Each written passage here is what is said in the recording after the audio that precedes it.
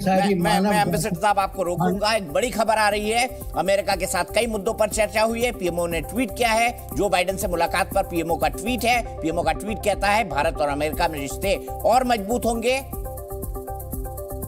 America के साथ कई मुद्दों पर चर्चा हो रही है, पीएमओ ने ये कहा है ट्वीट करके। अब अभी ये साफ नहीं है कि कोई साझा बयान आएगा नहीं आएगा, कोई प्रेस ब्रीफिंग होगी या नहीं होगी। सीधे प्रणय के पास चलते हैं। प्रणय, कोई जानकारी इसके बारे में?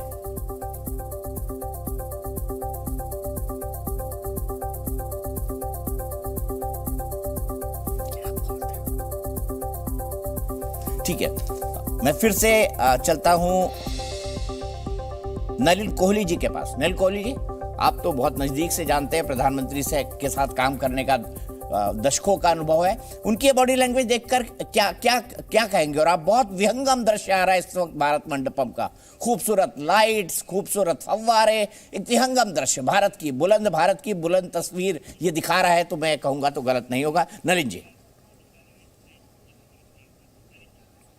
प्रधानमंत्री नरेंद्र मोदी जी जब 2014 में उन्होंने शपथ लिया, उस समय ही देश को उन्होंने कहा था कि सर झुका के नहीं, आंख मिला के हम विश्व के स्तर पर नेताओं से बात करेंगे।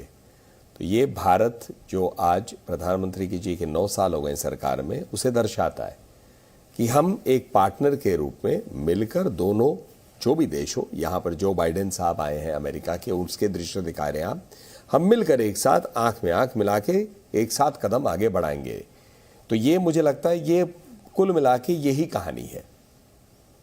ठीक है, मैं यहां से दीपक वोरा साहब के पास चलता हूं। दीपक वोरा साहब, जो तस्वीरें दिख रही हैं इस वक्त मुझे स्क्रीन पर, ये मतलब विहंगम दृश्य है, जो फव्वारों के साथ फाउंटेन दिखाई दे रहा है। दूसरी तरफ प्रधानमंत्री और जो बाइडेन है। आपने सही कहा था कि इट्स माय टाइम बेबी, और ये भी यही है, राइट चॉइस बेबी। हर जगह बेबी है ना सर। सर मैं इतना कहना चाहता हूँ कि अभी मैंने एम्बेसडर लखन मेहरोत्रा को देखा आपके चैनल पर। वो तो मेरे गुरु है सर, जो कुछ मैंने सीखा है उनके चरणों में बैठ के सीखा है डिप्लोमेसी में। One of our legendary ambassador. So आपको बहुत बहुत आभारी हूँ कि आप उनको लाए हैं। बहुत देर के बाद मैं उनको देखा। I hope ambassador you are keeping good health sir, we pray for you. Sir आपने अभी जो फिर से बात की है ना इंडिया अमेरिका की, दोनों को एक दूसरे की जरूरत है। अमेरिका को मार्केट चाहिए, हमें टेक्नोलॉजीज चाहिए। सबसे जरूरी बात यह है कि भरोसा है दोनों देशों के बीच में।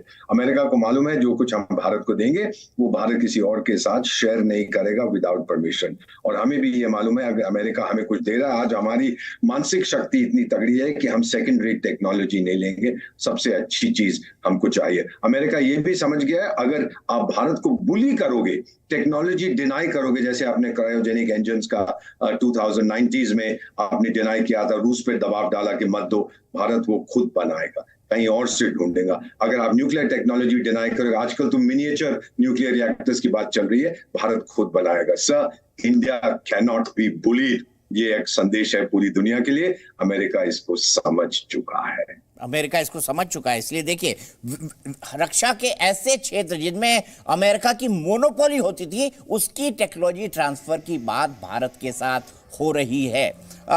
मैं यहां से चलता हूं सीधे जेके परिहार साहब के साथ। जेके परिहार साहब,